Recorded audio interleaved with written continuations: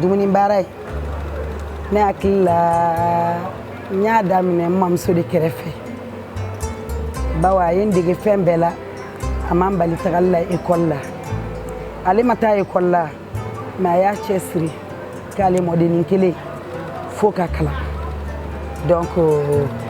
ne bɛ se k'a fɔ n ko ye dumuni baara in daminɛ so kɔnɔ depuis fitini ala sago bonya b'a la parce que gwa ni musoya u bɛ taa ɲɔgɔn fɛ donc o kalan bɛ daminɛ kabini gwa kɔnɔ an baw kɛrɛfɛ an mamusow kɛrɛfɛ donc ne y'a daminɛ a mɛnna ne ba y'a sira ta ne ba tun ye dɔgɔtɔrɔ ye infirmière fɔlɔ minnu formera POEG mais o m'a bali a tun ye baara kɛ en parallèle gargote tun b'a bolo don o don n'a bɔra baarayɔrɔ la baara tun bɛ kɛ sɔgɔma ni wula mɔgɔw bɛ jigin midi donc après ka baara reprend ni seli fana selila u bɛ segin ka taa baarayɔrɔ la midi bɛ di sera dɔrɔn moribo tile wagati la i b'a mɛn ma i tɛ suman bɔ ten sa midi sera nin bɛɛ ye ga nafa na c'est-à-dire adamadenya tɛ taga kɔ donc radio Mali mɔgɔw bɛ se k'o sɛbɛntiya anw ni minnu ye denmisɛnninya kɛ ɲɔgɔn fɛ u bɛ se k'o sɛbɛntiya an baw minnu bɛ so kɔnɔ nin dɔnkilini min y'a da sisan a bɛ u hakili jigin radio Mali ka intermède dɔ de tun don mais n'an talan sonnera dɔrɔn o kɔrɔ ye ko ka n talan sonné ka gongon ka mɔgɔw wele ka na k'u kana dumuni kɛ rassemblement tannan rassemblement mun kɔnɔ gwa kɔnɔ ne ye gwa ɲɛɲinini daminɛ kabini fitini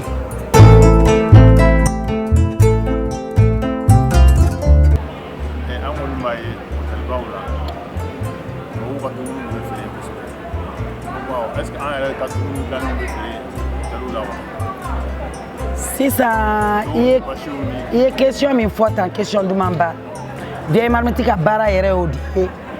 an ka kakimono filɛ nin ye ɲɛ bɛ mun n'a kan tigadigɛna ni to ni fako ni an ka basiw vieille marmite ye baara daminɛ ni o de ye wa anw b'o de dilan ka tubabuya di tubabuya cogo la pour que ka tourisme soutenir parce que tubabu ne gɛrɛl'u la kojugu n'u nana an bara tubabu tɛna ka spaghetti ni fɛnw ɲini an bara mais u bɛ fɛ k'an bara dumuniw dun mais pour que u kana ɲɛgun an bara dumuniw na a di cogo a dɔw yɛrɛ b'a ɲini ka taa an ka cadre de réalisation visiter la cuisine an bɛ na n'u ye u b'a lajɛ n'u nana u bɛ don i ka ɲɛgɛn kɔnɔ k'a lajɛ n'u ye yɔrɔ ye cogo min a b'u rassurer o bɛɛ ye Mali tourisme soutenir cogo ye ka Mali lawasa ka Mali kɔrɔta musow gwa musoya ni gwa a bɛ taa ni ɲɔgɔn ye an ka dumuni ka di étrangers ye fɔ ka faga mais dumuni ko a di cogo ala kubar nafa min b'a la se ka fɔ ka ban barika de b'a la fana n'o fɔlen dumuni baara ne ma bangebagaw i m'a ye u b'a fɔ ko hali ɲɔ feerelaw minnu bɛ sugu kɔnɔ ɲɔ feere barika b'a la ni foyi tɛ da ɲɔgɔn ma nafɛn feerelaw minnu bɛ sugu kɔnɔ exemple musokɔrɔba dɔ tun bɛ nafɛn feere de kɛ den y'a ka exemple ta nafɛn feere la aujourd'hui a ka entreprise tagara ni a ba ka vision de ye a bɛ kuma n'a ba ka fɛn bɛɛ ye ko baaramuso a ba tun bɛ nafɛn feere kɛ so la tabaliba kan nafa min bɛ dumuni baara la a tɛ fɔ ka ban anw fanga o ye nafɛn feerelaw jɛgɛ feerelaw sogo dilannaw jɛgɛ dilannaw